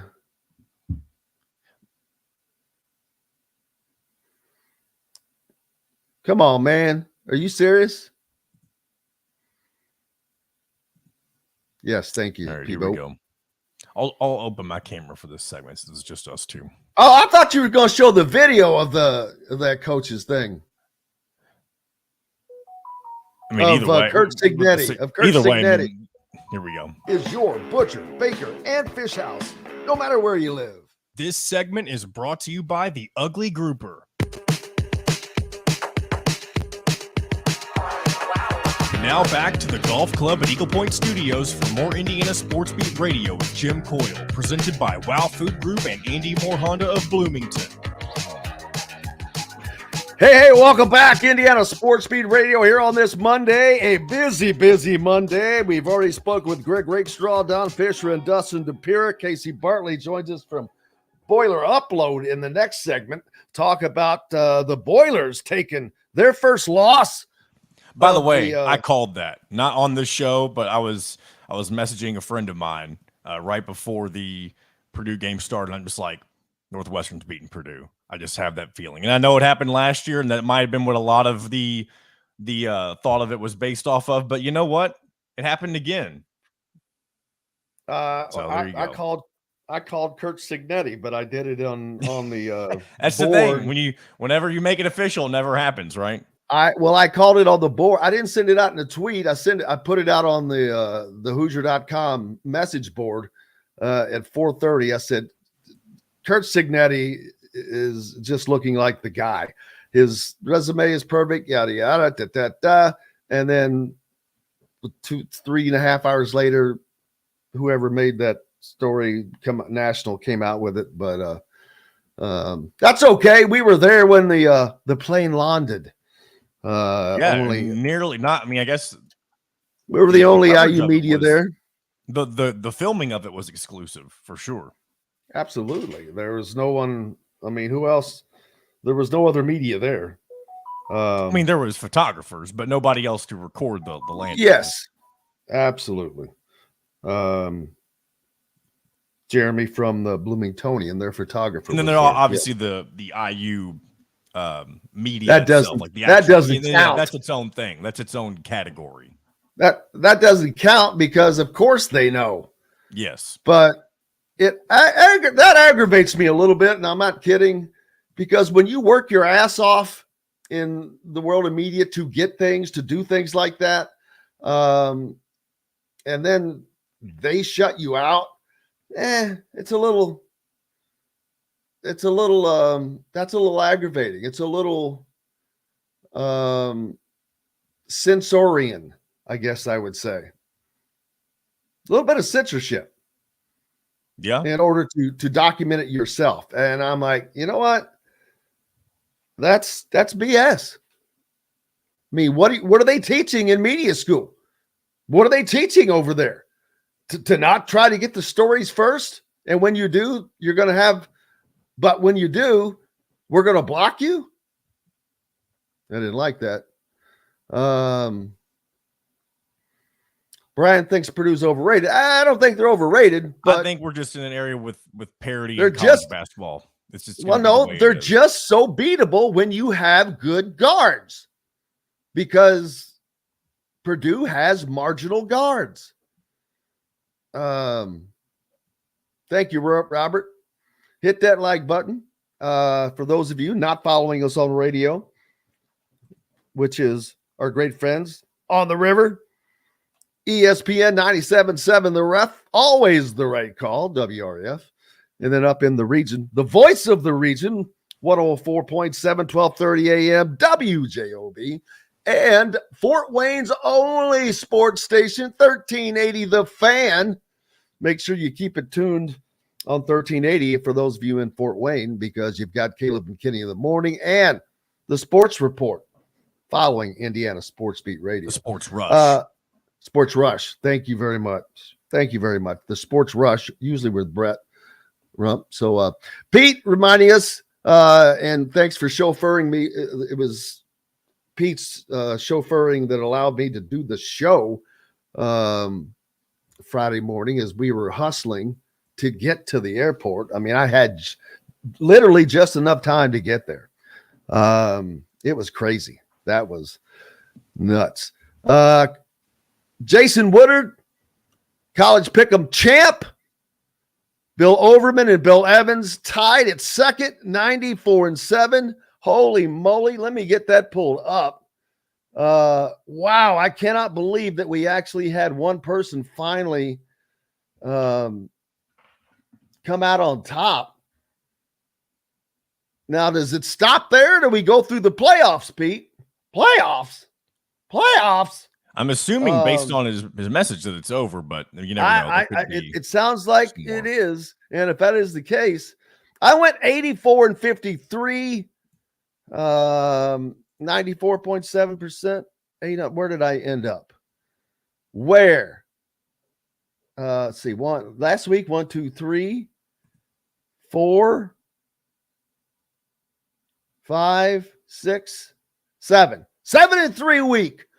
Bounce back from 4-6. 4-6 I went the week before. It's a good finish. I got Michigan right. I got the Seminoles right. I picked Troy over App State. I picked Tulane over SMU. I picked Georgia over Alabama. I should have known better. That one was a mistake. I picked Boise State over UNLV. I got Toledo. I picked Texas. I picked Washington over Oregon. I took Liberty over New Mexico. Wait a minute, am I sure I got 3 wrong? Yes, I did. Oh, I took, the Tulane Green Wave upset by SMU. And SMU now, they win the AAC championship. They move on to the Big 12.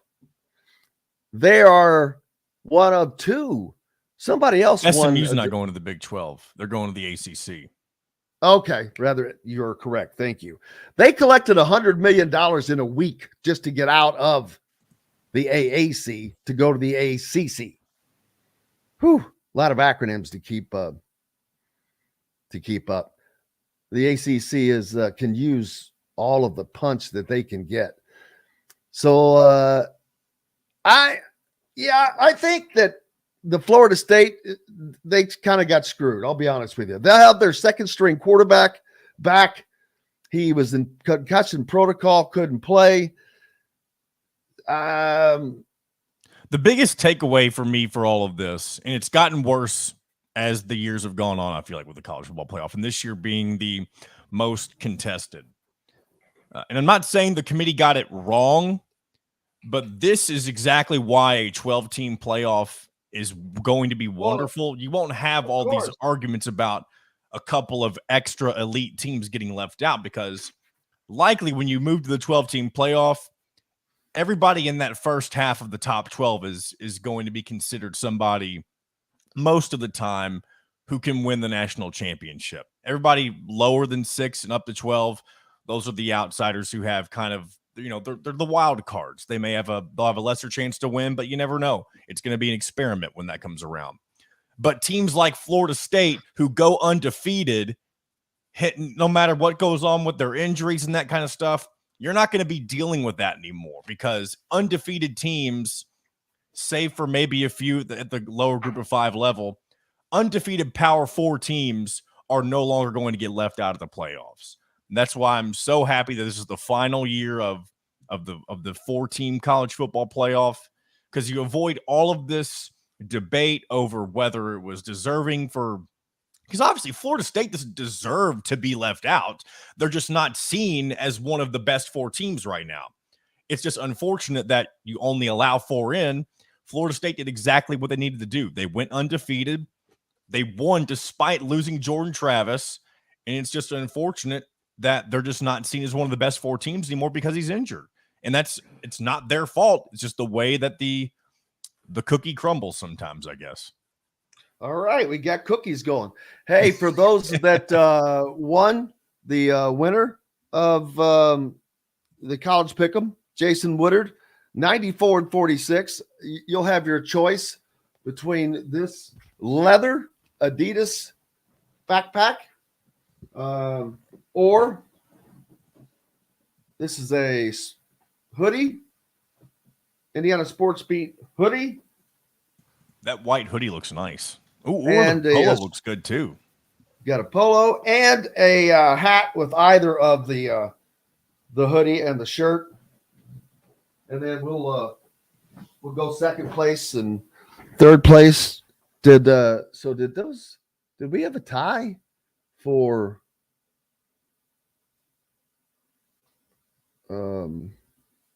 Did we have a tie? I was in 12th place.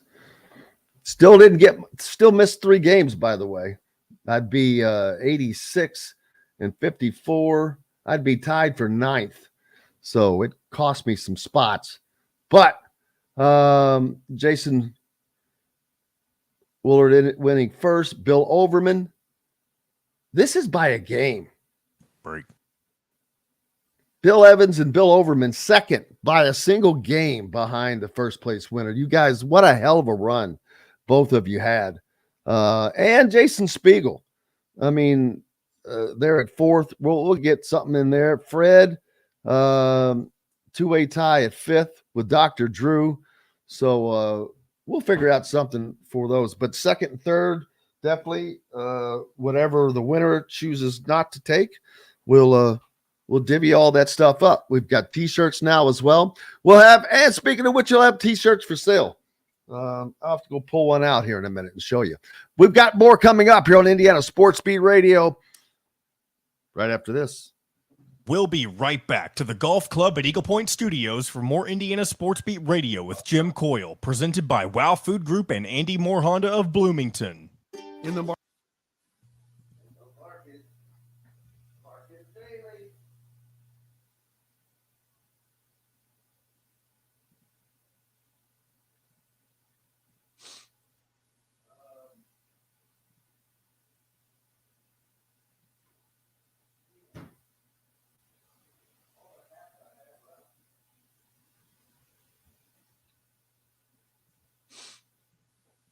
Well, all the hats I have are outside.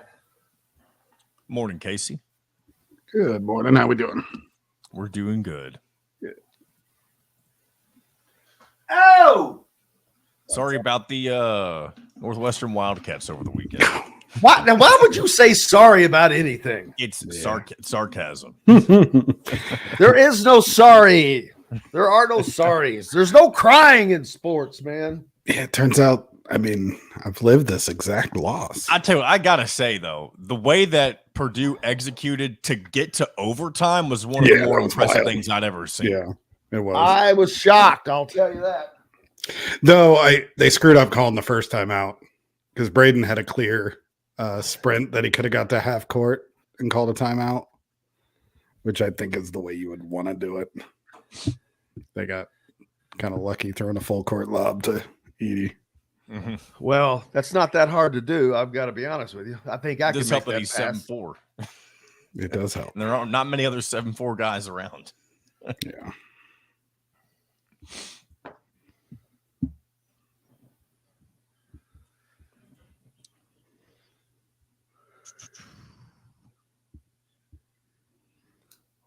Hey, what is the best?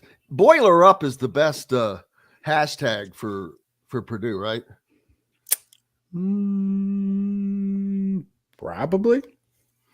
Well, I'm just saying, we always hashtag stuff, and yes, trust me, that's the one I see the most. It's what I usually hashtag. And I'd like to try to grow the Purdue side of the audience to where there's a little back and forth.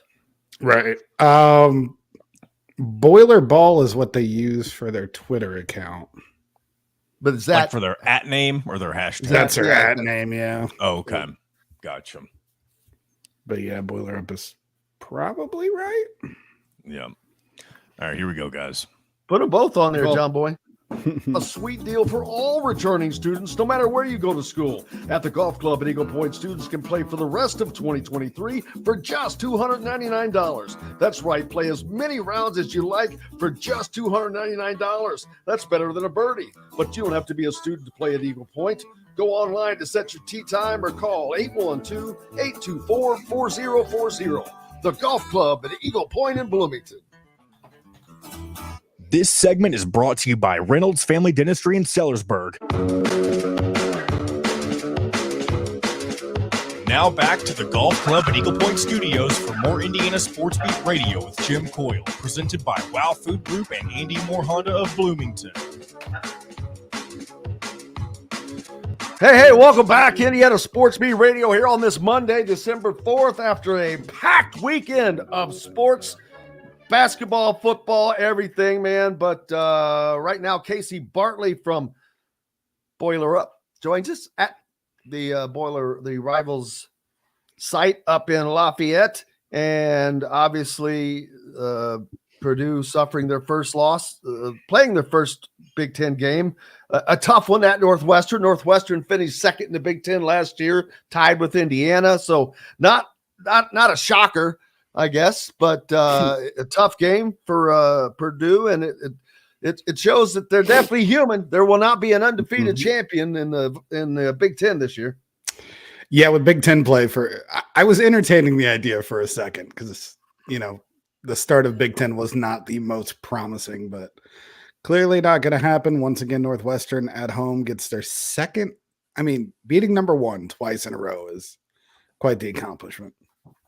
Yeah, I mean they had never it's our only wins over a number one team, and this is last year Purdue reached number 1 for the first time ever, and 2 years ago.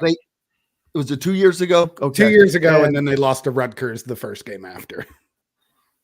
Which happens, we see happen a lot sometimes to people. But so once again, they'd probably rather not be ranked number 1.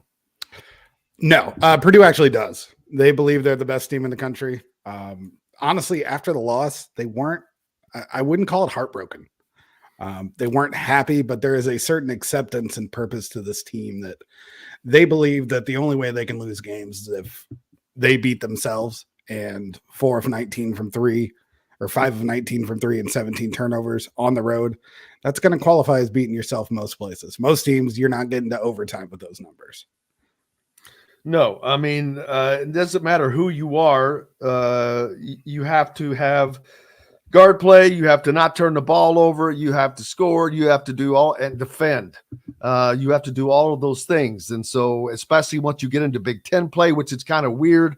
Both of these teams, Indiana jumped in with a game against Maryland, Purdue with Northwestern. Who's Northwestern's next game with? Northwestern, I think the way most of them have worked, I can check real quick. Most of them have worked where they have 2 games of Big Ten. And that's what I'm saying. Who's Purdue's next game with? Purdue's is Iowa on Monday. Sorry, okay, there we go. No, I apologize. Monday, yes, no, you're good. Yeah, Monday is Iowa. So tonight is Iowa at home. Now, is that Iowa? No, they'll be at home then since they it'll be at Mackey Arena. Yeah. So, which be a big help because Iowa's been scoring a ton of points as usual. Did not expect them to be. I don't know where I expected them to be. I just kind of had them in that middle down between 6th, right, 9th, that group. But you just never know as the season goes on because they've been scoring a ton of points. And they can get on a roll, as Indiana fans saw. Indiana had Iowa down 20 points last year before Race Henderson went down. They ended up losing that game. But when Iowa came to Indiana, they boat raced Indiana. So they're back to doing that, not playing a lot of defense. I don't know how well that works out for them against Purdue. Yeah, I mean, it's going to be tough, right? Because every time Zach Edey comes in, do you have a body that can take him? The answer is always no. But they're relying on, Ben Kreike, who's decent but not big, 6'9". He's been really good on the offensive end. There's a true freshman behind him, Owen Freeman. So it's going to be a tall task for an Iowa team that doesn't rebound the ball well. You got to think Purdue's going to come in wanting to make a statement. Like, I don't think they're going to be happy with just barely eking out another one. They're going to want to look like the dominant team they believe they are. And Iowa's been good. Painter joked yesterday that something about Fran McCaffrey's team, when they get down, they become absolutely elite. Like you said about the 20-point lead they erased last year, that press, they caused turnovers. It'll be a good test for Purdue, but it's going to take a lot for me to think that Purdue is going to let one drop in Mackey Arena, certainly off a loss. Yeah, there's no doubt. I would be surprised as well. I don't think that they're going to lose 2 in a row. So we'll certainly see how that one goes for them as they get back. And a loss is probably just going to be honest with you, it's just going to piss them off. Yeah, you got to think like it's a good early hit in the mouth. They've ran through non-conferences before. They started off, last year 13, 14 wins before losing to Rutgers. They've been here before. I'm not going to say malaise came in because this group has been really focused all year, but the defensive intensity is just not there for Purdue right now. Things are a little too easy. Obviously, Lance Jones fouling out late in that Northwestern game was huge. He was the one guy that could, in theory, check Boo Buie. Iowa has a lot of guards that are promising, not quite in the same way that Boo Buie is. I'm not sure anyone plays the way Boo Buie does, though. The full speed floaters that he's able to hit is just wild. Iowa is more, space, takes shots. They're not going to get to they've been pretty good at getting to the free throw line. Some Purdue's been weirdly bad about the last few games. Normally they don't give up free throws, but Iowa will be a good test. They've got a lot of Sanford's been great. Really good wing, shooting the ball well, taking over 6 threes a game. So it's Iowa basketball, and that offense and the turnovers they force can be tough on any night. Big Ten, and it's the Big Ten as well as whenever you're a giant, everyone's looking to be the giant slayer. Purdue is going to get everyone's best shot, especially in Mackey. Indiana is going to get everyone's best shot. This is conference play.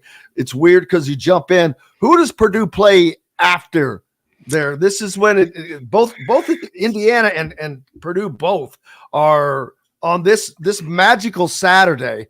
What a Saturday this is, unfortunately, for Indiana fans. And I mean, the state of Indiana sports fans. You're going to have the Colts now playing. Mm-hmm. You're going to have Indiana playing in Atlanta against Auburn, and Purdue is playing Kansas in Cambridge, right? No. Purdue is going to Toronto to take on Alabama. Okay, and then Arizona is the next week. December 16th, Arizona comes to Indianapolis. Still a great matchup with an Alabama team that likes to get up and down the floor. Toronto, that's in honor of Zach Edey, I assume. Yeah, Alabama has a Canadian big man as well. So it just kind of worked out. It's something that they got together. It was really cool. So it's going to help both of their NILs, obviously. And cool. It's just a cool experience, especially with as much as Zach Edey's story has just taken off and the way he's become a national and an international name. So, yeah, it's going to be a lot of fun. It's going to be a really good challenge. Alabama team plays fast. They're athletic. They're all the things that you think of being an issue to go up against Purdue. So it's going to be a really good challenge for them. Purdue just came off of hiring a new coach football-wise and finished the first season. Indiana now going through that as the hiring of Curt Cignetti.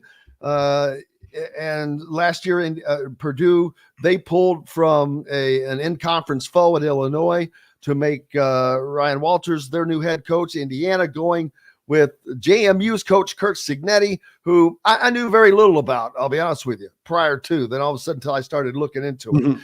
And I love his resume. And he's a very confident, I'm going to be careful, confident guy. Why is he so obsessed with Purdue? Oh, he's not. It's just a great that's I mean, how else are you going to win the fan? I mean, could he have said anything more perfect, really? To start his in front of the crowd. I don't think that there is. The fact that someone told him that, or because he had to be told about a lot of that stuff to know that, IU says IU sucks. That was at the end of their fight song. Purdue used to. Oh, they stopped? They have, from what I've told. Yeah, what I've seen, I haven't seen it in a while. Yeah. I did not know that. There was a couple of years ago where there was a little push to be like, all right, that's silly. Yeah, it may have come kind of after the Tyler. Oh my God, I'm drawing a blank on Tyler's last name. The Tyler Trent. Tyler Trent. No, India, because they did such a great job. Purdue was so awesome with that, and I think that maybe it may have come after that, not necessarily have anything to do with it, but just trying to be better. And so there's that. I thought it was, I got to tell you though, I thought it was funny to do that at home and at IU home. There's nothing. Indiana needs to get fired up about football. There is nothing that has fired Indiana fans up about football in a long, long time. And I've got to be honest with you, I have never seen the response to the potential of football that I have seen with this new coach. Yeah, I just live on Twitter, and there's a lot of IU fans there. And if you even mention the name Indiana, all you get back is, why are you so obsessed with us? So just fair play. But no, absolutely. It's really easy to be excited on day one, right? Yeah, I mean, you're undefeated, baby. Right. You're undefeated. So and Purdue's went through this a little bit too. 4-8 wasn't exactly the record that wanted, but fan bases were inspired. You just have to give them enough. And it was tough for Purdue. It's tough to be a good program in Indiana, not named Notre Dame. It's tough when you're surrounded by Ohio State, Michigan, all the big hitters around us. So it's going to be a tall task. IU football is even less of a legacy than Purdue. And it'll be interesting to see how two programs rebuilding with their head coach work simultaneously. Well, not only that, the Big Ten. Can the Big Ten not be the Big Two? They weren't even close to having a second team into the playoffs this year. Ohio State, even though they had gone undefeated minus the loss at Michigan, had no shot of getting into the college football playoffs, no matter what the situation played out, which is usually not the case. I still, plus here's you've got Ohio State's quarterback in the portal already. That's mind-boggling to me. So that's a little strange. Buckeyes have like five-star quarterbacks at all times. Oh, of course. I mean, usually they're gone to the NFL after a year. So it's going to be interesting. If anything, we're adding, some powerhouses from the West Coast. So in theory, if nothing else, the schedule should have more difficulty. There's 12 teams going to the playoffs. If it were a 12-team playoff this year, Ohio State would have been in. Of course. Absolutely. So I think that'll definitely help the top. I think the top can extend down to 4. I think you got to look to want 3 or 4 teams in the playoffs next year if you're the Big Ten. Does that sound about right? The SEC, they worked it out. They said if this year was the 12 team, there would be 4 SEC teams in. You probably would have just gotten the 2 from the Big Ten. Penn State not up there, which I don't think that they were worthy of it, to be honest with you. The Big Ten was really weak in my estimation. I don't know how good Ohio State really was. I kept saying I don't know how good Michigan really is. Well, they've kind of shown that they're pretty damn strong. They're just really strong. I still don't know that they get past their game against Alabama. I'm like, Alabama has become a really good football team now that they have settled on their quarterback. Man, their season has only gotten better, although it did take a miracle to beat Auburn. Yeah, I mean, college football is kind of down, right? There's not really what you would say a great team. It's not down. It's the top end is down. Well, it's become much more. The level has leveled out because of the portal, I think. Yeah, that definitely plays a part of it. We've also had some runs where some of those Georgia and Alabama teams the last couple of years were just absolutely stacked. Doesn't feel the high-end quarterback play this year doesn't seem to really exist on the best teams. And I think that's kind of the marriage. Ohio State's a perfect example. Right. So that's kind of the marriage where a team's unbeatable when you have that quarterback and you have all that talent around them. And the big guy teams just kind of missed this year. You could argue that, JJ McCarthy, would you have believed that 2 years ago that JJ McCarthy would be the quarterback that looks maybe the strongest in a playoff? Yeah, I'm still with Michael Penix. I still would take Quinn Ewers at Texas. I mean, those 2 guys have stood out. Bo Nix, even though they got beat, everybody was picking Washington to lose that game, and they hadn't looked as strong. But hey, Michael Penix, man, he led that team to an undefeated season and what was probably the toughest conference. They played a bunch. They played a bunch of ranked teams that ended up falling off toward the end of the year, like USC. You've got the reigning Heisman Trophy winner, and they just kept taking steps down the entire year. And it's like, I don't know if their team stopped playing or quit. What was going on with them? Bo Nix didn't. They looked great, and he looked good all year long. And I thought that they might upset Washington, although I picked Washington to win the game. But I agree with you. This is not a year of normally where we see 4 or 5 just top quarterbacks like, who's going to be number 1 of the draft? Right. It's just the sheer fact that Ohio State's quarterback is in the portal. It's weird. Mind-boggling. I guess a lot of that receiver talent is leaving, but I can't imagine a better spot than Ohio State consistently over the last decade. Just you're going to get. I mean, they even have an NFL quarterback now. C.J. Stroud finally broke the seal. Yeah, and NIL obviously not an issue, but it's going to be fun, man. It's going to be fun. We've got a lot of stuff coming up. Looking forward to it. Purdue takes on Alabama this weekend. Indiana taking on Auburn on the hardwood. No more football for the year, but we'll have plenty to talk about as the college football playoffs and the bowls get named out. So lots to get to. Make sure you're giving Casey Bartley a follow at Boiler Upload if you're a Boiler fan, or if you just want to check out what the hell's going on up there with them. We'll do that. Appreciate you, brother. All right. Have a good one. You too, sir. Hey, that's going to pretty much wrap it up for us here on Indiana Sports Beat today. This segment was brought to you by Dr. J, Reynolds Family Dentistry. For those of you living down in southern Indiana, especially near the Sellersburg area, Dr. J at Reynolds Family Dentistry gives you that championship smile.